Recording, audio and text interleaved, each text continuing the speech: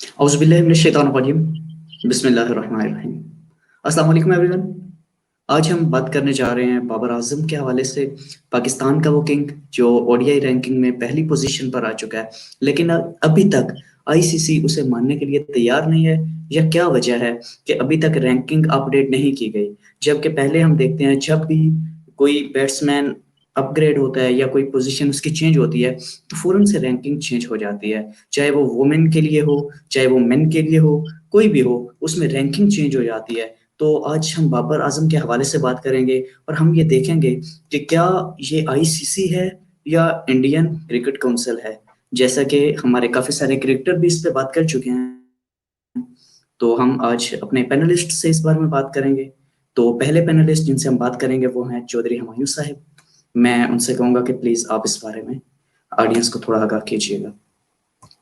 जी हुमायूं भाई, आपका इस बारे में क्या ख्याल है? अगर ओडीआई रैंकिंग को आप देखें तो पास में भी हमने देखा है कि अगर कोई एक मैच कंप्लीट होता है तो उसके फौरी बाद वो रैंकिंग है वो अपडेट हो जाती है। अगर आप इंडिया और इंग्लैंड के मैच की देख लें तो उसके आई थिंक T20 या वनडे के बाद ही फौरी तौर पर वो रैंकिंग अपडेट हो गई थी।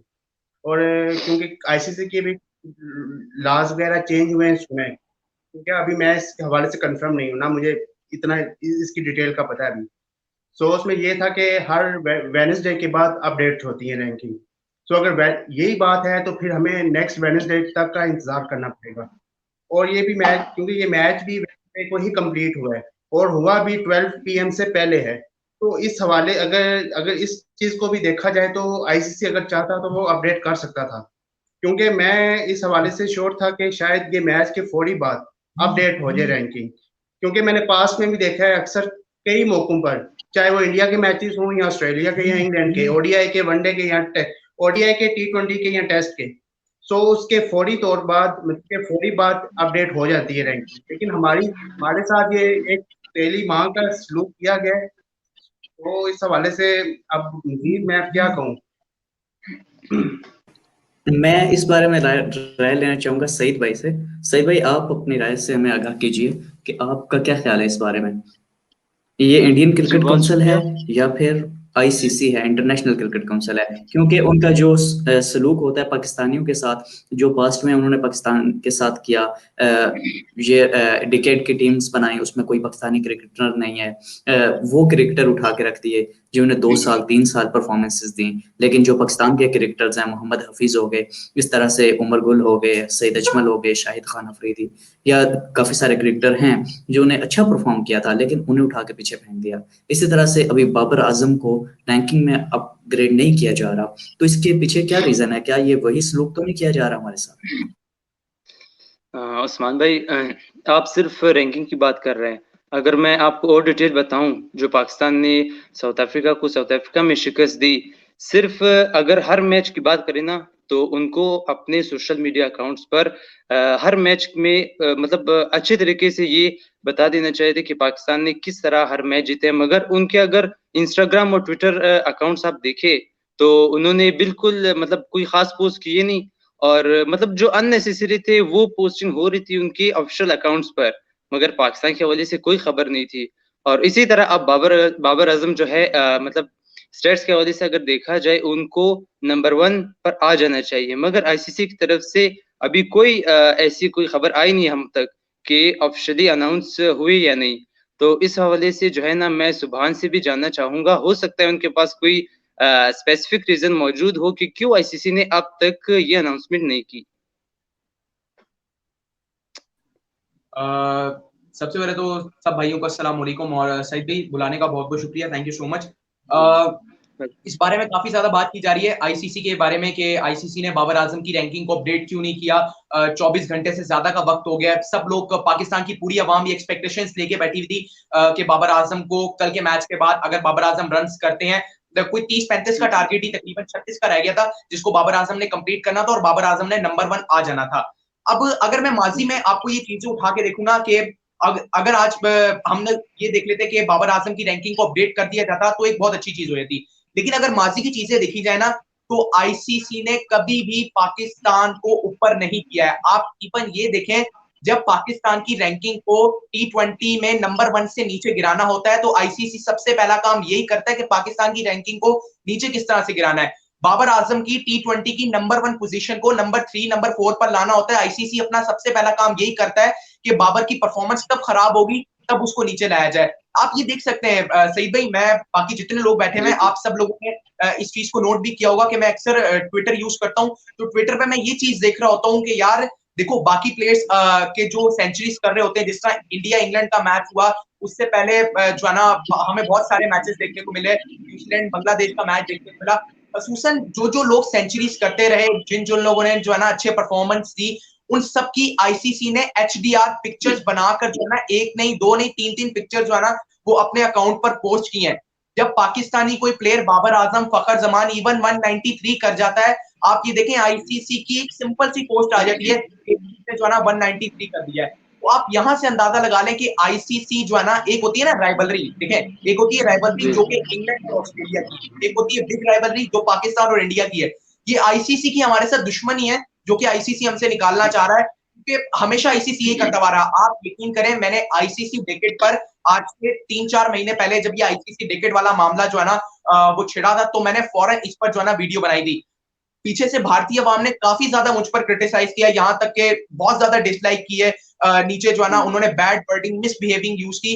लेकिन आप देखें ना कि पाकिस्तान को किसी खाते में लिया ही नहीं जा रहा। या पिछले 10 साल में पाकिस्तान ने कोई लेजेंड प्रोड्यूस नहीं किया, या पिछले 10 साल में पाकिस्तान ने कोई भी जो है ना अपने लिए क्रिकेट का अच्छा प्लेयर यूज नहीं किया, या क्रिकेट का कोई अच्छा प्लेयर जो है ना बनाया नहीं है। आपने उनको इवन उसमें नहीं डाला। आज बाबर आजम की बात आ गई है, बाबर आजम के लिए जो है ना रेटिंग पॉइंट्स माने जाते थे कि बाबर इतना स्कोर कर लेता है तो भाई उसके रेटिंग पॉइंट में इजाफा कर दिया जाएगा। लेकिन आईसीसी वही अपनी छोटी हरकत का, छोटी सोच का मुजाहरा कर रहा है और जनाब पाकिस्तान को नीचे गिराने की कोशिश कर रहा है। लेकिन आईसीसी को भी हम ये साफ साफ जवाब दे दें कि भाई आईसीसी वालों के अगर आपने नई रैंकिंग अपडेट करनी तो कोई बात नहीं। यहाँ पाकिस्तानियों को पता है कि बाबर आजम बड़ा प्लेयर है, बाबर आजम के अंदर इतना पोटेंशियल, इतना हंगर है कि भाई वो आगे जाके मजीद रन करेगा। और इवन नो डाउट यार, आप लोग जितने बैठे हो, पिछले हम कई दिनों से देख रहे हैं, बहुत सारे दुनिया में हर बंदा जो है ना बाबर की तारीफ कर रहा है। इवन के हमारे अगर पड़ोसी मुल्क में देखा जाए भारत में, वहां पर मैं आकाश चोपड़ा साहब को सुन रहा होता हूँ, इवन तो उनके तो न्यू फैब 4 में बाबर आजम को ऐड किया गया है। तो आईसीसी फिर क्या शय है जो कि तमाम तर क्रिकेट बोर्ड के पैसों से चल रही है, और जनाब जो है ना आईसीसी इस तरह के काम कर रही है, ये आईसीसी को जेब नहीं देती। देखें आईसीसी इंटरनेशनल क्रिकेट काउंसिल, यानी कि आप पूरा इंटरनेशनली क्रिकेट को जो है ना वो अपने हैंडल कर रहे हो, आप इस चीज को जो है ना अपने हैंडओवर कर रहे हो, तो आपको चाहिए कि इंसाफ के असूलों पर जो है ना आप लोग मबनी रहो। लेकिन आईसीसी हमेशा से जो है ना ये करता हुआ आया है कि आईसीसी ने पाकिस्तान को नीचे गिराने की कोशिश की है। काफी कुछ लोग, आज मैंने वीडियो डाली इस हवाले से अपने चैनल पर भी, सुभान क्रिकेट पॉइंट्स पर, वहां पर काफी सारे लोग मुझे कह रहे हैं कि जी बुध को जो है ना आईसीसी रैंकिंग अपडेट करेगा। लेकिन अगर हमने बाकी मैचेस देखे, जिस तरह भी एक भाई जिन्होंने आपसे सबसे पहले बात की थी, उन्होंने कहा था कि इवन इंडिया इंग्लैंड के जो मैचेस हुए उसके फौरन बाद, यानी कि विराट कोहली की रैंकिंग नंबर 5, नंबर 6 थी। वो T20 में अच्छा परफॉर्म किया उन्होंने 3 T20s में, उसके फौरन बाद विराट कोहली की रैंकिंग को 5 से 4 पर ले लिया जाता है। जबकि बाबर आजम जो कि नंबर 1 का एजाज जिसको हासिल होना होता है, अगर वो अच्छा परफॉर्म कर लेता है तो भाई आईसीसी को पता नहीं क्या हो जाता है। ये फिर वही बात है ना कि आईसीसी या तो जेलसी फील कर रहा है या फिर कोई दुश्मनी निकाल रहा है। वैसे आपकी बात बिल्कुल ठीक है। सिर्फ मैं एक चीज बाबर ऐड आजम करना नहीं चाहूंगा इसमें। बल्कि शाहीन शाह अफरीदी और फखर जमान की अगर ओडीआई रैंकिंग देखी जाए, मेरे उसके मुताबिक, न्यूज़ के मुताबिक जो मुझे मिली है कि वो भी टॉप 10 में उनका इम्कान है कि ओडीआई रैंकिंग में वो टॉप 10 में शामिल हो। और इसके अलावा अगर बाबर आजम की बात की जाए, बाबर आजम सिर्फ ओडीआई में नंबर 1 नहीं बल्कि एज ए कैप्टन अगर उनका रिकॉर्ड देखा जाए, उन्होंने अब तक कोई सीरीज नहीं हारी, और ये एक बहुत ही बड़ा रिकॉर्ड है जो कि आईसीसी की तरफ से अभी तक कुछ भी इस पर नहीं आया। और उनकी अगर बैटिंग एवरेज देखी जाए, मेरे हिसाब से एज ए कैप्टन अपने फर्स्ट 2 और 3 सीरीज में सबसे बेहतरीन है उनकी, अराउंड अबाउट 85 के करीब है। तो इस हवाले से भी आईसीसी का कोई ना पोस्ट बना है। अगर हम विराट कोहली को इस जगह पर रखते, अगर विराट कोहली ये रिकॉर्ड्स बनाता, तो फिर आईसीसी की तरफ से किस तरह के पोस्ट होने थे, ये हम सब के सामने है। और उस दिन जब फखर जमान ने 193 किया, तो 1 या 2 पोस्ट इंस्टाग्राम पर आए, उसके अलावा कोई पोस्ट शामिल नहीं था। इवन वो वहां पर वुमेन्स क्रिकेट के बारे में पोस्ट कर रहे थे, मगर पाकिस्तान के हवाले से कोई पोस्ट मौजूद ना था। जी उस्मान भाई। मैं इस बारे में एक इंटरेस्टिंग चीज ऐड करना चाहूंगा, शायद आप लोग पहले भी जानते हैं। हम अक्सर देखते हैं MRF रैंकिंग, ठीक है। MRF है क्या? ये बेसिकली एक इंडियन कंपनी है, मद्रास जी जी रबर फाइबर टायर्स की फैक्ट्री। मद्रास रबर हम्म फैक्ट्री, ये टायर्स की फैक्ट्री है जो कि इंडियन है, जी जी उसे इंडियन सपोर्ट कर रहा है, इंडिया उसे पैसा दे रहा है। तो बेसिकली जो हम कुछ अर्सा पहले हमने एक चीज सुनी थी कि बिग थ्री के बारे में एक बहुत चला था कि बिग थ्री रूल कर रही है। वो बिग थ्री नहीं है, वो बिग वन है। वो इंडिया ही रूल कर रहा है, वही पैसे दे रहा है, वही काम चला रहा है। और जितने भी ये रैंकिंग का ऊपर नीचे होना, हम देखते हैं कि हमारा बैट्समैन कंसिस्टेंटली परफॉर्म करता है, इतना ज्यादा परफॉर्म करता है, पहले नंबर पे आ जाता है। लेकिन बाद में क्या होता है, 3 दिन के बाद उसे उठा के नीचे फेंक दिया जाता है। जबकि विराट कोहली कंसिस्टेंटली परफॉर्म कर रहा था, बहुत अच्छा बैट्समैन है, बहुत अच्छा बैट्समैन है। लेकिन पिछले कुछ अरसे से आप उसकी परफॉर्मेंस देखें, क्या है? कुछ भी नहीं है। लेकिन ओडीआई रैंकिंग में 1600 दिन हो गए पहले नंबर पे बैठा हुआ है। ये कैसे मुमकिन है कि बाबर आजम T20 रैंकिंग में पहले नंबर पर कितना अरसा रहा है? उसके बाद डेविड मेलान को, जो अभी नया आया है T20 इंटरनेशनल में, उसे उठा के फेंक दिया ऊपर। ये किस तरह का सीन चल रहा है हमारे साथ? तो ये अच्छा मेरा ख्याल उस्मान है कि भाई जो MRF है, जी जी ये इसका, और जी बिग वन के बारे में जो मैंने कहा, ये उसका। जी जी एक और दिलचस्प हुमायूं भाई चीज जो आप कल म्यूट से हैं। हमें देखने में हाँ मिलेगी जी। वो है आईपीएल। कल से आईपीएल स्टार्ट हो रहा है और हमें आईसीसी पर नजर रखनी है कि वो किस तरह आईपीएल को सपोर्ट करेंगे अपने ऑफिशियल अकाउंट्स पर, जो कि एक आईसीसी से इन टच लीग नहीं है। फिर भी हमें जैसे हर साल, पिछले साल भी अगर उनके मैचेस पर आप नजर दोहराए तो आईसीसी की तरफ से अच्छी खासी पोस्टिंग हो रही थी और हर मैच के बारे में हो रही थी। इवन अगर कोई भी इंटरनेशनल प्लेयर आम अपने ड्रेसिंग रूम में भी पिक्चर अगर उनकी होती थी तो वो भी आईसीसी किसी ना किसी तरह उनको अपने ऑफिशियल अकाउंट्स पर एडजस्ट कर देती थी। तो आईसीसी की तरफ से अब ये मतलब पाकिस्तान को एक स्टांस उठाना चाहिए, हमारे अवाम को स्टांस उठाना चाहिए कि आईसीसी क्यों हमेशा से इस तरह इंडिया की तरफ मतलब ज्यादा उनका तवज्जो है और पाकिस्तान की तरफ कम। तो वो जो आपने कहा बिग वन, वो वाला सिस्टम अब खत्म होना चाहिए और उनको पाकिस्तान पर तवज्जो देनी चाहिए और हमारी जो क्वालिटी क्रिकेट आजकल चल रही है उसको एक्नॉलेज करनी चाहिए उनको। तो जी उस्मान भाई। हमारे साथ दो और भी हमारे भाई मौजूद हैं, अली मोहम्मद और समाक अहमद साहब। मैं इनसे भी कुछ पूछना चाहूँगा। जी समाक अहमद साहब, आप म्यूट हैं फिलहाल, आप अनम्यूट कर लें खुद को। मैं आपसे ये सवाल करना चाहूँगा कि बाबर आजम की तो हमने बात की, एक बहुत आला किस्म के प्लेयर हैं, उनकी ड्राइव का कोई आजकल सानी नहीं है। विराट कोहली की ड्राइव हम देखें तो वो बिल्कुल भी उनके शान शान नहीं है कि हम बाबर आजम को उनसे कंपेयर करें ड्राइव में। और जैसा कि इनिशियल कैरियर की बात है, तो बाबर आजम अभी तक 76-77 मैचेस खेल चुके हैं, जबकि इस लेवल पे विराट कोहली इनसे बहुत पीछे नजर आते हैं। तो आपका क्या ख्याल है, आजकल बाबर आजम जो पुल शॉट पे और अपनी ड्राइव पे जो काम कर रहे हैं और जिस तरह से ये आगे जा रहे हैं, तो आपको क्या लगता है इनका फ्यूचर किस तरह से है? क्योंकि पिछले कुछ अरसे में हमने देखा पाकिस्तान में बेपनाह टैलेंट है, टैलेंट की कमी नहीं है, लेकिन अपने टैलेंट को तबाह करने में हम सोशल मीडिया पर बैठे हुए लोगों ने, मैं खुद इस चीज को एडमिट करता हूँ कि जब किसी एक प्लेयर की परफॉर्मेंस जरा नहीं होती तो हम उसे उठा के साइड पे फेंक देते हैं। हम कहते हैं ये कौन सा प्लेयर है, बाबर आजम 2 मैचेस में परफॉर्म नहीं करेगा, हम सब डंडा रह के उसके पीछे होंगे कि भाई तू परफॉर्म क्यों नहीं कर रहा। बुरे दिन आते रहते हैं। तो आपका क्या ख्याल है कि कितना अरसा बाबर आजम को हम लेके चलेंगे? क्या हम में वो हिम्मत है कि अगर अल्लाह ना करे इनसे कोई परफॉर्मेंस नहीं दी जाती, तो क्या हम इन्हें बैक भी कर सकते हैं, या बस वही जी सीन बिल्कुल, होगा? जैसे कि अभी तो बाबर आजम के करियर का स्टार्ट है और अभी देखा है कि हमने बाबर आजम एक दफा आजकल पूरी दुनिया पे छाए हुए हैं, हर दिल पे राज कर रहे हैं बाबर आजम। उन्होंने अपने करियर के स्टार्ट में ही एक तहलका मचा दिया दुनिया क्रिकेट के अंदर। इसी तरह देखा जाए तो जिस तरह उनकी शॉट्स हैं, उनका वो बिल्कुल कमाल शॉट्स हैं। वैसा कि हम पहले देखते थे ड्राइव्स में पाकिस्तान का कोई ऐसा इतना अच्छा प्लेयर नहीं था, मतलब कि जो क्लासिक शॉट्स खेले। लेकिन बाबर आजम आए, बाबर आजम की स्ट्रेट ड्राइव देखें, कवर ड्राइव देखें, एक क्लासिक शॉट है बिल्कुल, और वो देखने का मजा आता है। इसके अलावा आपके देखेंगे बाबर आजम की टेक्निक है वो काफी अच्छी है, मतलब जो दुनिया के टॉप बैट्समैन है उनमें उनसे मिलती है, उनसे बाबर आजम जो है। और बाबर आजम की एक चीज ये देखी जाए कि जब बाबर आजम ने अपने करियर का स्टार्ट किया तो पाकिस्तानी टीम में इतने स्टार्स मौजूद नहीं थे, मतलब जिस तरह के विराट कोहली ने जब किया तो तब टीम में युवराज सिंह थे, धोनी थे और सहवाग थे, तो उनसे सीखने का मौका मिला। जबकि बाबर आजम जब टीम में आए तो तब जो मोस्टली यंगस्टर्स पे टीम बेस कर रही थी, वहां से बाबर आजम ने खुद अपने आप से खुद सीखा है बाबर आजम ने। बाबर आजम ने अपनी स्किल डेवलपमेंट पे ज्यादा काम खुद किया है, तो देखा जाए तो इस लिहाज से बाबर आजम एक सक्सेसफुल पाकिस्तान के लिए एक ट्रम्प कार्ड साबित हो सकते हैं नियर फ्यूचर में। और बाबर आजम एक पाकिस्तान के लिए जिस तरह कहा जा सकता है कि अभी देखा जाए तो सईद अनवर की 250 प्लस इनिंग्स में 20 सेंचुरीज है पाकिस्तान के लिए, जबकि बाबर आजम की सिर्फ 78 इनिंग्स में 13 सेंचुरीज हो गई हैं। तो बाबर आजम इंशाल्लाह फ्यूचर में पाकिस्तान के लिए बहुत से रिकॉर्ड अपने नाम करेंगे। इंशाल्लाह इंशाल्लाह हम अच्छे की ये उम्मीद करेंगे। मैं अली मोहम्मद साहब की तरफ आना चाहूँगा कि आप बाबर आजम की कैप्टेंसी को कितने मार्क्स देते हैं?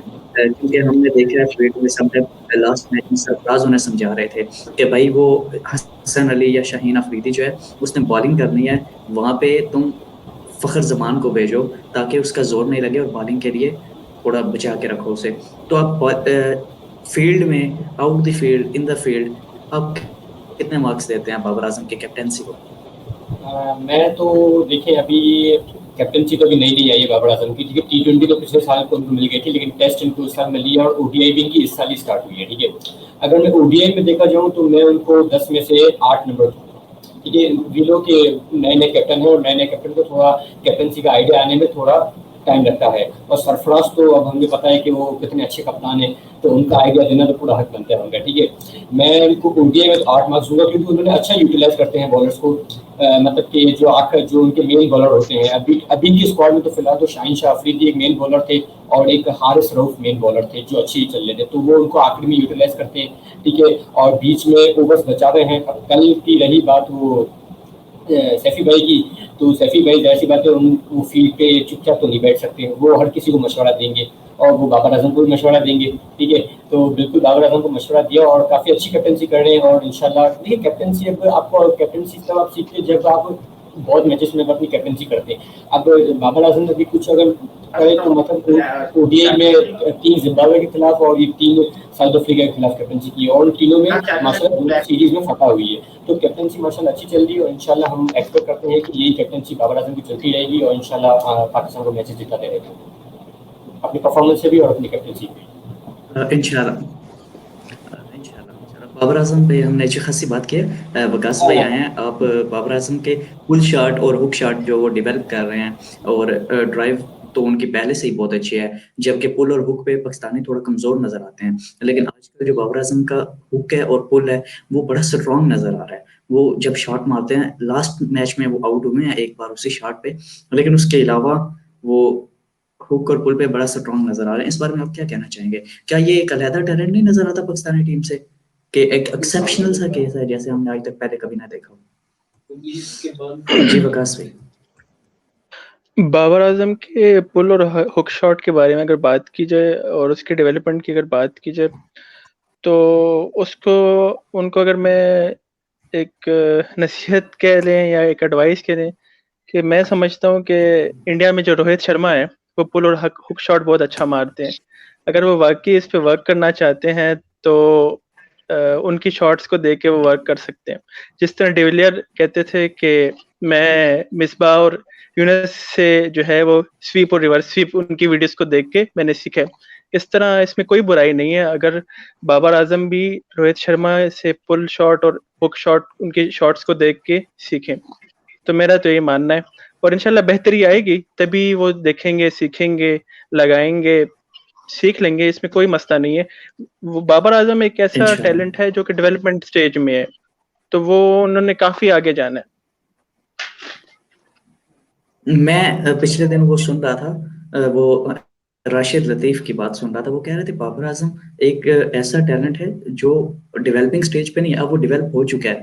अब वो शायर है, उसे मीर तक मीर कहो या फिर उसे मिर्जा गालिब कहो, जिसकी शाटें उसकी शायरी नजर आती हैं, जिसकी शाटें ऐसे घूमती हुई नजर आती हैं और आपको मजा देती हैं। जैसे शायरी सुनते हुए जो पोएट्री का दिलदादा लोग होते हैं, वो जब पोएट्री सुनते हैं तो वो झूम के आते हैं। तो बाबर आजम की शॉट्स जो होती हैं वो इसी तरह से होती हैं कि जब वो बाल को खेलते हैं तो देखने वाले को सरूर आ जाता है। मोहम्मद अली साहब की तरफ आना चाहूंगा, आप थोड़ा सा इस बारे में बताइएगा कि यूनुस खान के होते हुए क्या बाबर आजम स्वीप शॉट की तरफ अब जाएंगे या नहीं जाएंगे? क्योंकि हम काफी अरसे से देख रहे हैं स्वीप शॉट कोई 5-10 मैचेस के बाद वो एक आधी मारते हैं और बहुत कम मारते हैं। तो क्या ख्याल है, स्वीप शॉट की तरफ ये जाएंगे या अभी तक कुछ वेट करना पड़ेगा हमें? सबसे पहले तो अस्सलाम वालेकुम एवरीबॉडी। बात शुरू करूंगा, आपने कहा कि बाबर आजम स्वीप शॉट खेलेंगे या नहीं, यूनुस खान के होते और मिसबा के होते हुए। देखें, आप विराट कोहली और बाबर की जो है वो कवर ड्राइव का कंपैरिजन कर रहे थे। विराट कोहली जो कद है वो थोड़ा बाबर से थोड़ा लंबा है और वो जो है फ्रंट फुट बहुत ज्यादा आगे लेके आते हैं और उसी वजह से जो है उनका कवर ड्राइव बहुत स्टाइलिश और अच्छा लगता है। बाबर आजम खड़े खड़े खेलते हैं, स्ट्रेट थोड़ा सा फुटवर्क के यूज करते हैं। और स्वीप की आप बात कर रहे थे, देखें जो बैटिंग में हमें वर्क नजर आया यूनुस खान का, वो तो बहुत ज्यादा नजर आया। फखर जमान को देखें, फखर जमान की जो पुल शॉट का था वो बड़ा मसला था, उसके हेलमेट पे लग जाती थी, हेलमेट के लग के ऊपर चली जाती थी, या टॉप एंड लग जाता था। और उसकी जो है वो फखर जमान जो पुल शॉट अच्छा खेलने लगे। और बाबर की दो चीजें फेवरेट हैं, एक कवर ड्राइव तो ऑल टाइम फेवरेट थी, और जो कंपैरिजन चलता है फैब 4 में केन विलियमसन हो गए, अब स्टीवन स्मिथ को ले लें, विराट कोहली को ले लें, बाबर आजम को, और पुल शॉट भी अब अच्छा खेलने लगे हैं। और तो स्वीप शॉट की देखें, जब आप एक बैट्समैन है, एक स्पेशलिस्ट बैट्समैन है, आपके पास एक चीज होना चाहिए, आपके पास 360, जैसे कि डिविलियर है, मैक्सवेल है, 360 आपको खेलना चाहिए। लेकिन अगर आप सीधे बैट से स्कोर कर रहे हैं तो मुझे नहीं लगता कि आपको उल्टा सीधा शॉट मारने की जरूरत है जब आप सीधे बैट से स्कोर कर रहे हैं। और दूसरी बात, आपने फखर को देखा, 100 करने के बाद उसने जो है वो स्वैग स्वीप खेलने लगे और वो आउट हो गए। देखिए, जब आप सीधे बैट से स्कोर कर रहे हैं फिर आपको जरूरत नहीं है। हाँ, वैसे आपके पास ये क्वालिटी होनी चाहिए कि यार आप जब खेलते हो तो अगर आपकी जो फेवरेट जगह है वहां पे अगर फील्डर है तो आपके पास दूसरा ऑप्शन होना चाहिए, यार मैं यहाँ पे खेलूं, मैं यहाँ पे खेलूं। तो स्वीप शॉट के लिए मुझे लगते हैं टेस्ट में जो प्रैक्टिस करेंगे, तो अभी T20 और ओडीआई में लग नहीं रहा कि अब ये खेलने की कोशिश करेंगे। टेस्ट में मुझे लगेगा कि ये बहुत जल्दी जो है वो ट्राई करेंगे स्वीप शॉट के लिए। अच्छा उस्मान भाई, मैं थैंक थोड़ा यू सा मोहम्मद अली। टेक ओवर करूं। अच्छा, शो ना कुछ ज्यादा जी ही फॉर्मल हो गया है, बिस्मिल्लाह। वहां पर हुमायूं भाई बोर हो रहे हैं, मुझे लग रहा है उनसे, उनके फेस एक्सप्रेशन से। तो मैं ये कहना नहीं नहीं, चाहूंगा हुमायूं भाई की तरफ मैं आता हूँ। नहीं, वैसे मैं सुभान से क्वेश्चन पूछना चाहूंगा, थोड़ा नॉन फॉर्मल होके, ठीक है? अभी कुछ दिनों पहले मैंने एक ट्वीट किया कि आईपीएल के लिए 3 दिन रहते हैं, मुझे बहुत गालियां पड़ी। तो इस हवाले से पाकिस्तानियों का क्या रिएक्शन होना चाहिए टुवर्ड्स आईपीएल? मुझे बहुत गालियां पड़ी, हकीकत की बात है, ठीक है? इसमें कोई तो झूठ नहीं, पर्सनल आप एक्सपीरियंस शेयर कमेंट्स नहीं में देख करने, सकते हैं। और जी जी, अच्छा पर्सनल सुभान एक्सपीरियंसेस भाई, शेयर नहीं करने। आपके व्यूज चाहिए इस पर, पाकिस्तानियों का क्या रद्द अमल होना चाहिए? आप मुझसे पूछ फिर रहे से हैं कहना आप? मैं सही भाई, हमने सुना भुगता नहीं। हुआ है, आप अभी भुगतने लगे हो।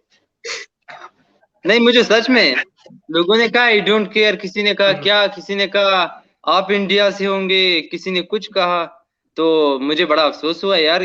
फिर भी जितने भी मुखालिफ हो, क्रिकेट तो है, हमें मैंने मतलब वो एज अ मैंने क्रिकेट इंग्लैंड फैन। और इंडिया के मैच के बाद कमेंट जी जी, देखें हुमायूं सईद भाई, भाई, मेरा ख्याल है सुभान भाई को आंसर दे दो। जी जी, जी सुभान भाई आप बोलें। देखिए सईद भाई, बात ये ना आपके आईपीएल जो है वो आप सबको पता है एक बड़ी लीग है, नो डाउट। जी काफी सारे लोगों का इस पे गलत माइंडसेट भी जाता है, पैसा है, ये है वो है। देखें, एक प्लेयर अगर पैसा कमाने जा रहा है आईपीएल के लिए तो ठीक बात है, उसको अगर अपना करियर संभालना है तो वो जाके कर सकता है। लेकिन यहाँ पर आजकल अवाम में ही चल रहा है ना। पहले तो मैं आपको अवाम का ये रद्द अमल बता देता हूँ कि आजकल पाकिस्तान और इंडिया की अवाम कुछ इस तरह से रिएक्ट करती है ना। अगर हम पीएसएल वर्सेस आईपीएल इस तरह से करें ना, देखें अभी तो पीएसएल खैर आहिस्ता आहिस्ता क्वालिटी आ रही है, आईपीएल नो डाउट आप सबको पता है एक प्रोडक्टिव लीग है, एक बड़ी लीग है, उसका प्रोडक्शन लेवल बहुत ऊपर है। पीएसएल का लेवल भी है, अच्छा लेवल है, जो कि पीएसएल ग्रो कर रहा है। लेकिन अभी पीएसएल उस मुकाम तक नहीं पहुंचा है जिस पर आईपीएल पहुंच गया है। लेकिन पीएसएल आई होप कि आईपीएल से एक दिन ऊपर जाएगा। अब यहाँ पर जो आप मुझसे सवाल कर रहे थे कि लोगों ने काफी ज्यादा जो है ना वो बुरा भला कहा है, काफी ज्यादा क्रिटिसिज्म किया। देखें सही बात बताऊं क्या है, लोगों के अंदर जो है ना नफरतें इतनी पैदा हो गई है ना कि एक दूसरे को लेकर के वो किसी की तारीफ सुनने को तैयार ही नहीं है। यानी कि अगर मैं इंडिया से हूं, मैं पाकिस्तान की तारीफ कर रहा हूं, तो वहां से मुझे इंडिया से गाली निकालेंगे, वो मेरे जो है ना मेरे पैट्रियोटिज्म होने पर जो है ना सवाल उठा देंगे। मैं पाकिस्तानी हूं, मैं आईपीएल को अच्छा कह दूंगा या इंडिया की कोई तारीफ कर दूंगा, वो वहां से भी कहेंगे मेरे पैट्रियोटिज्म होने पर जो है ना यहाँ से भी सवाल उठा देंगे। तो कहने का मतलब ये है कि यार देखो, cricket is a funny game. देखो क्रिकेट एक गेम है जिसको हम सारे लोग लेके चलते हैं, सारे लोग जिस पर जो है ना हम लोग बातचीत करते हैं। तो मेरे हिसाब से क्रिकेट को एज अ न्यूट्रल लेके अगर हम लोग चलें तो ये काफी ज्यादा अच्छा होगा। क्योंकि देखो एक क्रिटिसिज्म होता है ना, अगर आप एक हेल्दी क्रिटिसिज्म से बात कर रहे हो ना तो वो एक बहुत अच्छी चीज है। मैं अक्सर पाकिस्तान में ये चीजें नोट कर रहा होता हूँ कि काफी ज्यादा क्रिटिसिज्म लोग करते हैं, लेकिन एक हेल्दी क्रिटिसिज्म होता है जो कि एक तमीज के दायरे में रह के की जाता है। भारत में खैर मुझे अक्सर मैं अपने चैनल पे भी ये कह चुका हूं कि यार आप लोगों का जो क्रिटिसिज्म होता है ना उसमें गालियां बुरा भला कहने के अलावा, पर्सनल कमेंट करने के अलावा कुछ होता नहीं है। तो यार क्रिटिसिज्म करो। देखो अच्छा क्रिकेटर, अच्छा एनालिस्ट वही हमेशा होता है जो कि तमीज के दायरे में रह के बात करे, जो कि जो है ना वो एक अपने आप को बताए कि हाँ यार वो क्रिकेट एनालिस्ट है। आप यहाँ पे बैठे हुए, सईद भाई बैठे हुए, उस्मान भी जो भी बैठे हुए, उनका मेरी राय से इख्तलाफ है, आप कर सकते हैं। लेकिन अगर जिसका मेरी राय से इख्तलाफ है वो मेरे से बदतमीजी करना शुरू कर दे, फिर यहाँ जितने लोग बैठे हुए हैं वो सब ये सोचेंगे ना कि यार देखो वो बंदा तो सवाल सही कर रहा है, उसकी राय का बेशक इख्तलाफ है, लेकिन दूसरा बंदा अगर गाली दे रहा है तो यार इसमें कोई ना कोई चीज गलत है, जो कि जो है ना वो एक चीज को नॉर्मल से जो है ना वो बहुत हाई वोल्टेज ड्रामा क्रिएट कर रही है। सो मेरे हिसाब से ये चीज होनी चाहिए। और मैं साथ साथ छोटी सी बात इसमें एक और चीज ऐड करना चाहूंगा। अभी यहाँ बाबर आजम के हवाले से बहुत सारी बातें चल रही थी। देखिए यहाँ पर मैं शॉर्ट सा आपको रिव्यू देना चाहूंगा जो कि चीज मैंने एनालाइज की है, मैंने ज्यूम की है बाबर आजम की कवर ड्राइव से लेकर बाबर आजम की जो अब तक पावर हिटिंग शॉट्स है उनको लेकर। देखें बाबर आजम की जो कवर ड्राइव है as compare to the Virat Kohli, दोनों की कवर ड्राइव बड़ी डिफरेंट कवर ड्राइव्स हैं। अभी एक भाई बात कर रहे थे, विराट कोहली की जो कवर ड्राइव है वो फ्रंट फुट के बिल्कुल आगे आते हैं और अपना मुकम्मल यूज करते हैं, इस वजह से उनकी कवर ड्राइव जो है ना वर्ल्ड में काफी अच्छी मानी जाती है। बाबर आजम की कंपेयर टू बाबर आजम की कवर ड्राइव, उनके हवाले से मैं ये कहूंगा कि बाबर आजम की कवर ड्राइव उस लिहाज से बहुत बेहतर है क्योंकि एक इंसान विकेट पर खड़ा हुआ है, अपनी जगह पर स्टेबल खड़ा हुआ है और वहां से कवर की तरफ शॉट मार रहा है, वो एक बड़ी अहम चीज है। सो ये बड़ी अच्छी चीज है। और जहां पर एक मुझे एक और पॉइंट लगा था, मैंने नोट किया था कैप्टनसी को लेकर बाबर आजम की। देखें बाबर आजम अभी एक नया कप्तान है, बाबर आजम को फुटस्टेप्स फॉलो करने पड़ेंगे केन विलियमसन के, क्योंकि दुनियाई क्रिकेट में मेरे हिसाब से जो भी सबसे बड़ा कप्तान है वो है केन विलियमसन। क्योंकि केन विलियमसन के अंदर हर एक वो चीज है जो कि एक बेहतरीन कप्तान में होती है। यानी कि माही के बाद, एम एस धोनी के बाद जो कि मैंने अब कप्तान देखे हैं उसमें मॉर्गन लगे और विलियमसन लगे। विलियमसन तो एक्स्ट्राऑर्डिनरी अच्छे कप्तान है। तो बाबर आजम को ये चीजें देखनी पड़ेंगी कि विलियमसन किस तरह से अपने फास्ट बॉलर को यूज करते हैं। आप लोग यकीन करो जितने पैनलिस्ट यहाँ पे बैठे हैं, मैं आपको 100% गारंटी एंड श्योरिटी के साथ बता सकता हूँ केन विलियमसन ये नहीं सोचता मैंने किसके ओवर, कौन से ओवर में बचाने हैं। वो मैच की सिचुएशन को देखकर रिस्की प्लेयर है। वो एक होता है ना रिस्की कप्तान जो कि रिस्क लेना जानता है और उसको पता होता है कि यार मेरे साथ ये चीज सही होगी। केन विलियमसन वो बिलीवर प्लेयर है। तो बाबर आजम अगर उस तरह के बिलीवर प्लेयर बन जाते हैं जिस तरह अभी माजी में हमने देखा इमरान खान थे, वो भी जो है ना बहुत अच्छे रिस्क लेने पे जो है ना वो रखते थे कि उनका एक माइंडसेट रिस्क पे होता था। माही को हमने देखा है मास्टर ऑफ द डीआरएस थे।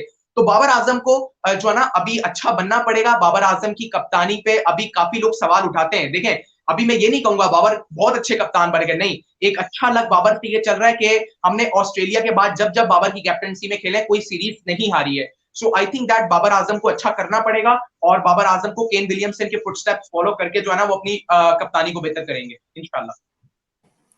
बहुत आला आंसर दिया आपने, लेकिन मैं एक दो चीजें जरूर मेंशन करूंगा बाबर सईद आजम भाई की यहाँ पे एक कैप्टनसी बात के ऐड करना हवाले से। चाहूंगा। आपने देखा, भाई एक मिनट, मैं एक चीज, I am really sorry Mohammad Ali, मैं थोड़ा सा अगर मुझे मौका दें। देखें बाबर आजम के हवाले से अगर बात करें तो इनको अभी तक कैप्टन बने हुए इतना टाइम नहीं हुआ, इन्हें हमें टाइम देना चाहिए। हम सब लोगों ने अभी से तनकीद स्टार्ट कर दिया है कि बाबर को इससे सीखना चाहिए, बाबर को उससे सीखना चाहिए। अभी बाबर आजम जो सीख रहा है वो अपनी परफॉर्मेंस से अगर सीखेगा तो मेरा ख्याल है वो सबसे बेस्ट होगा। बिकॉज आपने माजी में देखा कि हमारे कोच हुआ करते थे मिकी आर्थर, आपको नाम याद है आई थिंक, इतना अरसा नहीं हुआ।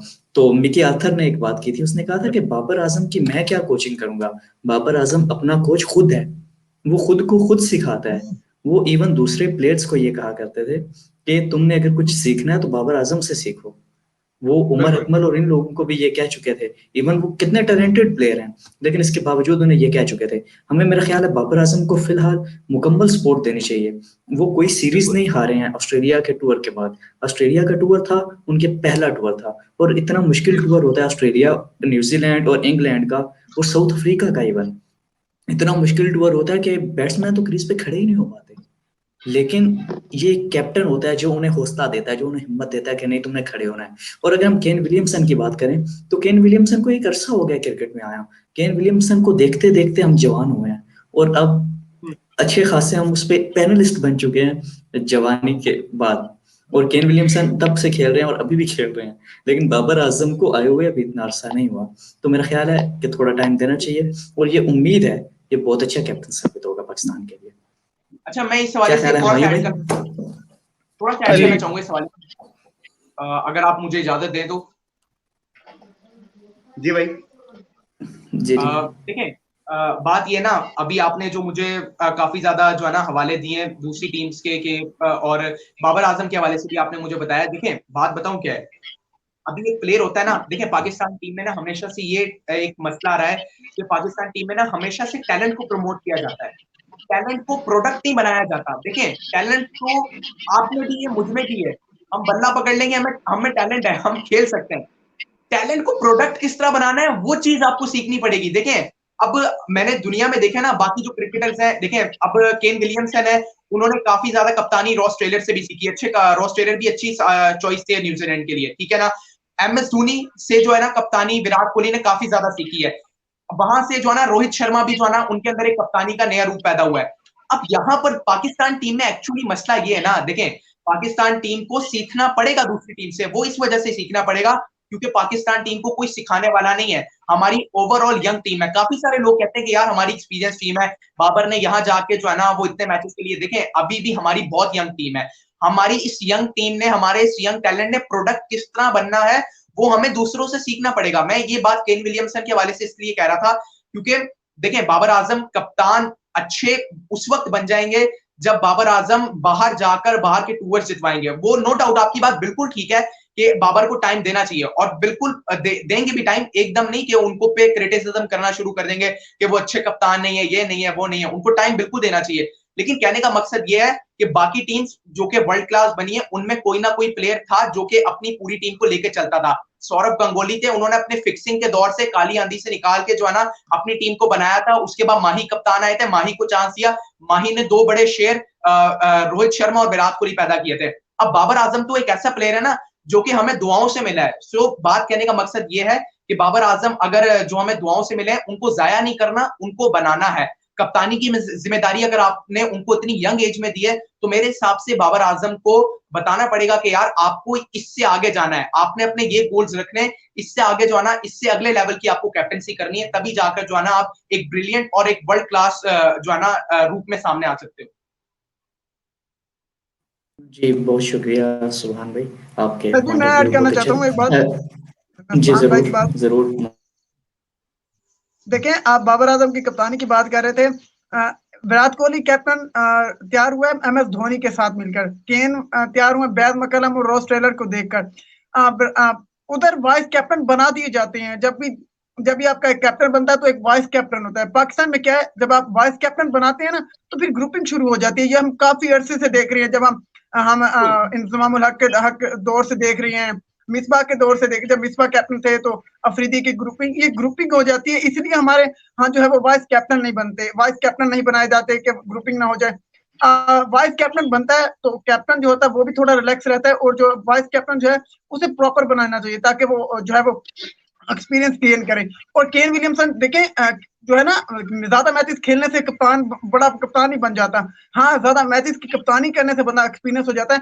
कप्तानी जो होती है वो टैक्टिक्स होती है, जैसे कि रिकी पॉन्टिंग थे, MS धोनी थे, और केन अब जो है वो एक्सपीरियंस इतनी कमाल की कप्तानी करते हैं। रिलैक्स ऐसे लग नहीं रहा होता कि यार ये कैप्टन है। बाकी अगर वर्ल्ड के कैप्टन को देखें, थोड़ा सा अगर प्रेशर आता तो वो तो थोड़ा डिफिकल्ट सोच रहे होते हैं, मतलब लग रहा होता है उनके फेस एक्सपीरियंस से, एक्सप्रेशन से कि वो थोड़ा प्रेशर फील कर रहे हैं। लेकिन केन से ऐसे लग ही नहीं रहा होता कि वो कप्तानी के प्रेशर ले रहे हैं। और बाबर आजम जितना ज्यादा कप्तानी करेंगे उतना ज्यादा जो है वो एक्सपीरियंस देंगे। और विराट कोहली की बात कर रहे थे, अगर मेरी नजर में देखा जाए तो विराट कोहली से बेस्ट कैप्टन जो है वो व्हाइट बॉल क्रिकेट में मैं रोहित शर्मा को समझता हूँ। देखें, इंडिया जो टीम है जब व्हाइट बॉल के टूर्नामेंट खेलने जाती है तो वो टूर्नामेंट्स में अच्छा नहीं कर सकते। देखें, सीरीज बैक्टीरियर सीरीज में अच्छा करते हैं, लेकिन व्हाइट बॉल टूर्नामेंट्स में अच्छा नहीं कर सकते। लेकिन रोहित शर्मा की कप्तानी में वो निदाश ट्रॉफी जीते हैं, एशिया कप जीते हैं, 5 टाइम IPL जीत चुके हैं। तो और विराट कोहली को जब थोड़ा प्रेशर फील हो रहा होता है तो वो रोहित शर्मा से हेल्प लेते हैं। दैट्स द बेस्ट थिंग कि उसके वाइस कैप्टन है, उसे सपोर्ट कर रहे हैं। यहाँ जो है वो वाइस कैप्टन होते हैं, वो सपोर्ट नहीं कर रहे होते, वो टांगे खींच रहे होते हैं कि यार बस इसकी टांगे टूटे और मैं आ गया हूँ, मैं कप्तान बनूं। नहीं, मैं इस हवाले से एक बात कहना चाहूँगा। पहले पाकिस्तान की जो ग्रुपिंग के हवाले से आपने बात की, पहले होता था, लेकिन जब से मिकी आर्थर कोच बने थे उसके बाद से ये चीज़ एंड अप होना शुरू हो गई पाकिस्तान में भी। और पाकिस्तान के ड्रेसिंग रूम का माहौल अब वैसा नहीं रहा, और ग्रुपिंग वाला माहौल भी अल्हम्दुलिल्लाह अब खत्म हो चुका है, वो पॉलिटिक्स वाला माहौल भी अब खत्म हो चुका है। अब पाकिस्तान के ड्रेसिंग रूम का माहौल बहुत अच्छा है। Ending note.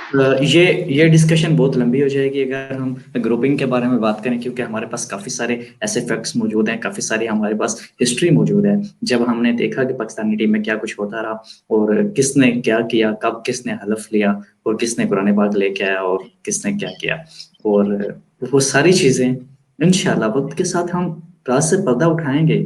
ये हम आपको बता रहे हैं, क्लियर वे में बता रहे हैं। हम हर एक चीज से पर्दा उठाएंगे और आपको बताएंगे, रियलिटी सामने लेके आएंगे कि कब क्या हुआ था, और एक एक चीज बिल्कुल फैक्ट्स के साथ बताएंगे। इंशाल्लाह इस पे डिस्कशन होगी और एक अच्छी खासी और हेल्दी डिस्कशन होगी। बाकी मजीद मेरा ख्याल है इस पे अगर बात करेंगे तो काफी लंबा हो जाएगा।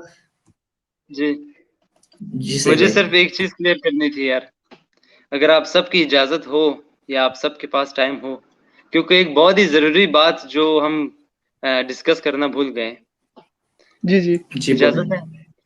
वो बात ये है कि कल जब पाकिस्तान का मैच हो रहा था तो मैंने एक ट्वीट की दरमियान में कि सरफराज अहमद को अब हर तरह की क्रिकेट से रिटायरमेंट ले लेनी चाहिए, जिसके बाद जो रिएक्शन मुझे मिला वो आप सब ने देखा होगा व्हाट्सएप, इंस्टाग्राम और ट्विटर पर, कि तरह तरह की गालियां मिली। एक बंदे ने पर्सनल में आकर ना इस तरह की गालियां देना शुरू कर दी कि आप खुद देखकर हैरान रह जाएंगे।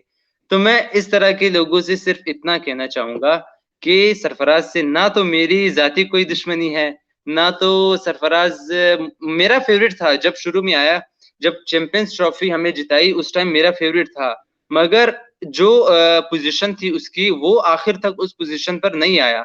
क्यों? सरफराज बहुत ही बासलाहियत प्लेयर है, क्रिकेटर है, कैप्टन है, बैट्समैन है, मगर उनकी जो परफेक्ट पोजीशन है वो है ओपनिंग या वन डाउन। इसके अलावा वो किसी भी तर्ज के क्रिकेट में किसी भी पोजीशन पर फिट नहीं होते, मगर वो हमेशा नंबर 6, नंबर 7, इवन एक दिन वो ऐसा भी आया कि हसन अली को अपने ऊपर, मतलब हसन अली नंबर 7 या नंबर 6 पर आए और खुद नंबर 8, नंबर 9 पर आए। तो इस तरह उस दिन से मैंने सरफराज के खिलाफ ये कैंपेन शुरू की कि सरफराज या तो अपने आप को ऊपर प्रमोट करे या तो ये एक इम्पोर्टेंट स्पॉट है वो किसी और के लिए छोड़ दे। अगर हम इस बात को हमेशा अपने साथ वो अटैच करते रहेंगे कि सरफराज ने हमें चैंपियंस ट्रॉफी जिताई, सरफराज ने हमें 11 T20 सीरीज लगातार जिताए, तो ये बहुत ही गलत फैसला होगा कि उसको हमेशा इसी टैग के साथ मतलब टीम में रखा जाए। इसी तरह अगर डेरेन सेमी को आप देखिए, उन्होंने भी उनको जब चैंपियंस बनाया तो उनके बोर्ड ने उनको मतलब टीम से निकाल दिया इसी वजह से कि उनकी अपनी जो परफॉर्मेंस थी वो बिल्कुल जीरो थी। और सरफराज की अगर पर्सनल परफॉर्मेंस देखी जाए, मैं बहुत हैरान हूं कि वो किस तरह टीम में रहे इन 11 सीरीज में। उनके अगर टोटल सिक्सेस पर आप काउंट करें तो 11 सीरीज में सिर्फ 6 छक्के उन्होंने मारे। तो आप बताइए T20 क्रिकेट में क्या ऐसा मुमकिन है कि 6 छक्कों के साथ आप टीम में रहे और टीम को लीड करें? तो सिर्फ लीडरशिप पर सब कुछ वो नहीं है, आपको पर्सनल परफॉर्मेंसेस देनी होंगी, ठीक है। अब भी अगर आप टीम में देखिए जिस पोजीशन पर वो वनडे में उनको खिलाया, उस पोजीशन पर आप बताएं अगर 10 ओवर में 100 रन चाहिए तो क्या सरफराज ये मुकम्मल कर देगा? आप सब बताएं ईमानदारी से। या उनके अंदर छक्के की सलाहियत मौजूद है कि वो 10 की रन रेट से आपको मैच जिताएं? इस पोजीशन पर मैं वापस वो जो आसिफ अली थे, कसम से उनको प्रेफर करूंगा, कम से कम उनमें ये सलाहियत तो मौजूद है कि वो आपको 10 की एवरेज से मतलब स्कोर करे, और मतलब सलाहियत तो मौजूद है। अगर वो आउट ऑफ फॉर्म है, सलाहियत तो मौजूद है उनमें। जी सईद भाई आपने बिल्कुल ठीक है, आसिफ अली खेल सकते हैं, आसिफ अली खेल सकते हैं, बिल्कुल मैं आपकी बात से इत्तेफाक करता हूँ, लेकिन हमारा शो 40 मिनट का हो गया। हमारा शो 40 मिनट का हो गया। अगर हम नहीं, इसको मजीद आगे ले गए तो ये डिस्कशन लंबी चली जाएगी। अली भाई को एक बात करने दे सिर्फ। जी जी एक बात है, देखें सरफराज की ओडीआई टीम में जगह बनती है और नंबर ओपनर या फिर नंबर 4 पे वन डाउन नहीं बनती। और देखें आप आसिफ अली को छोड़ दें, आसिफ अली ठीक है आपने ट्राई किया बहुत मैचेस में, आप हैदर अली को ट्राई कर लें। हैदर अली बहुत अच्छा पावर हिटर है और उसकी हिट ऐसी लगती है पूरी हिट होती है, ऊपर नहीं चढ़ाता, वो लंबा खेलता है, ऐसे फ्लाइट 6 मारता है और नीचे भी अच्छा खेलता है। और जब उसके साथ कोई एक्सपीरियंस प्लेयर खड़ा होता है तो लग रहा होता है कि ही इज स्टाइलिश, और ये उसमें ऐसे लग रहा होता है उसके खेलने के स्टाइल से कि ही खुद मतलब वो खुद अगर ऐसा एक्सपीरियंस है कि अच्छा खेल सकता है, नीचे भी खेल सकता है, अच्छी पावर रेटिंग है, आसिफ अली से ज्यादा बेहतर रहेगा, यंग भी है। जब आप उसे T20 में खिला रहे हैं तो ओडीआई में खिलाएं, आपके पास आपके लिए बेस्ट ऑप्शन है। नंबर 6 पे आप हैदर अली को किसी भी पोजीशन पे खिला सकते हैं, जैसे कि इंडिया वाले हार्दिक पांड्या को खिला रहे हैं और ऋषभ पंत को खिला रहे हैं। मेरा एक काउंटर क्वेश्चन है सईद भाई से। यार हुमायूं भाई को भी थोड़ा सा वो करे, वो ऐसे खामोश नहीं रह सकते, उनको भी कुछ ना कुछ कहना है। मैं उनको फील कर रहा हूँ अंदर से, बिल्कुल वो टेम्परेचर उनका बढ़ रहा है। हुमायूं भाई से मैं पूछूंगा, आप प्लेइंग 11 का बता दें, शकील और फखर खेल रहे हैं दोनों। जी जी मेरा जस्ट एक काउंटर क्वेश्चन है, हुमायूं भाई चले गए हैं, दोबारा आएंगे फिर। मेरा काउंटर क्वेश्चन ये है कि आपने सरफराज की बात तो की, क्या मोहम्मद रिजवान की जगह बनती है? उनमें छक्के मारने की कितनी एक सलाहियत है, तो प्लीज आप इस पर थोड़ी सी रोशनी डालें। एक T20 आप मेरे ख्याल से भूल गए। मैं खुद रिजवान के बहुत खिलाफ था जब पहले उनको टीम में खिलाते थे नंबर 7 पर, क्योंकि उनमें भी छक्के की सलाहियत मौजूद नहीं है। अगर वो सेट हो जाते हैं उसके बाद उनमें मतलब इनिंग फिनिश करने की सलाहियत मौजूद है, मगर अब जब वो नंबर 4 पर आएंगे वनडे क्रिकेट में तो उस टाइम तक इमाम उलग, फखर जमान, बाबर आजम के बाद उनकी बैटिंग आएगी। और उस टाइम तक हर मैच में जब हमने देखा है वनडे में मतलब 30 से 35 ओवर हो चुके होते हैं, उसके बाद जब वो आते हैं उनको हिट करना होता है, उसमें वो आउट हो जाते हैं। तो मेरे लिहाज से नंबर 4 पोजीशन रिजवान के लिए भी बेहतर नहीं है, क्योंकि वहां पर भी उनको पावर स्ट्राइकिंग से काम लेना होगा, जिसमें उसे मुश्किलात जरूर आएंगे आगे आने वाले दिनों में। तो मेरे हिसाब से वो भी वनडे क्रिकेट में नंबर 3 से नीचे मिसफिट है। जी बेहतर, मेरा ख्याल है इसी पे आज शो का इख्तिताम करते हैं कि हमने आज बाबर आजम के बारे में बात की। बाबर आजम एक ऐसा टैलेंट, किंग ऑफ क्रिकेट, आजकल एक न्यू इमर्जिंग किंग, जिसने अपनी परफॉर्मेंस से, अपनी एबिलिटीज से, अपनी शॉट से, अपने ड्राइव से, अपने हुक शॉट से, अपनी पुल शॉट से पूरी दुनिया को हैरान करके रख दिया। और एक ऐसी एज में जब उसने स्टार्ट लिया क्रिकेट का, उस आगाज थोड़ा अच्छा नहीं हुआ था, लेकिन बाद में जब दोबारा कम बैक किया और कम बैक करने के बाद पीछे मुड़ के कभी नहीं देखा, और एक हमें अलग बाबर आजम नजर आया। वो बाबर आजम जिसने अपना आगाज किया था एक ऐसी पोजीशन से जहां वो बाल उठाया करते थे बाउंड्री के साथ खड़े होकर, वहां से उन्होंने अपना आगाज दिया था। और अब दुनिया क्रिकेट के ओडीआई के नंबर 1 रैंकिंग पे खड़ा है ये बैट्समैन। तो आईसीसी इसे नंबर 1 रैंक पे लेके आए या ना लेके आए, लेकिन ये अवाम जानते हैं, ये हम जानते हैं, ये इंडिया भी जानता है कि बाबर आजम नंबर 1 रैंक के बैट्समैन हैं। और इंशाल्लाह हमारी दुआएं इनके साथ हैं, अल्लाह रब्बुल इज्जत इन्हें मजीद कामयाबियां अता फरमाए और पाकिस्तानी टीम हमेशा बेहतर से बेहतर होती चली जाए। और बाबर आजम ने जो कहा था कि मेरा ये ख्वाब है कि पाकिस्तानी टीम टेस्ट में, T20 इंटरनेशनल में और वनडे में तीनों में पहली पोजीशन पर आए, और हमारा भी यही ख्वाब है और हमारी नेक तमन्नाएं और ख्वाहिशात हैं कि अल्लाह रब्बुल इज्जत इस ख्वाब को पाए तकमील तक पहुंचने में इसकी मदद भी करे और गैबी इमदाद भी हो, जो कि पाकिस्तानी टीम की हमेशा गैबी इमदाद ही हुआ करती है। अक्सर हमने वर्ल्ड कप में भी देखा है, जो हम दुआएं मांगते हैं, और ये हमारे क्रिकेटर और हमारे जो कैप्टन हैं वो भी हमेशा ये कहा करते हैं कि हमें कौम की दुआओं की ज़रूरत है। तो कौम की दुआएं हमेशा आपके साथ हैं। अल्लाह रब्बुल इज्जत आपको इसी तरह से मज़ीद कामयाबियां अता फरमाए और पाकिस्तान के लिए वो हो जो बेहतर हो हमेशा। अल्लाह रब्बुल इज्जत इस मुल्क की खैर फरमाए। पाकिस्तान जिंदाबाद। बहुत शुक्रिया तमाम पैनलिस्ट का जो आज मौजूद थे, वकास कयूर साहब, सईद भाई, मोहम्मद अली, चौधरी हुमायूं साहिब, सुबहान भाई, समाक अहमद साहिब और अली मोहम्मद साहिब हमारे साथ मौजूद थे। मैं इन सबका निहायत मशकूर हूँ, इन्होंने अपने कीमती टाइम से हमें वक्त दिया और एक बेहतरीन डिस्कशन से हमारे नाजरीन के लिए, हमारे सामीन के लिए एक बेहतरीन डिस्कशन जिसके बाद ये उम्मीद है हमें कि ये जो ऑडियंस है ये काफी लुत्फानंदोज होंगे इससे, और अल्लाह ताला मजीद बेहतरी लेके आए। और हमसे जो गलतियां हुई, अगर किसी की दिल आजारी हुई तो उसके लिए नहायत माजरत। अगर किसी को मैं टाइम नहीं दे सका ज्यादा तो उसके लिए भी माजरत। बहुत शुक्रिया। अल्लाह हाफिज। पाकिस्तान।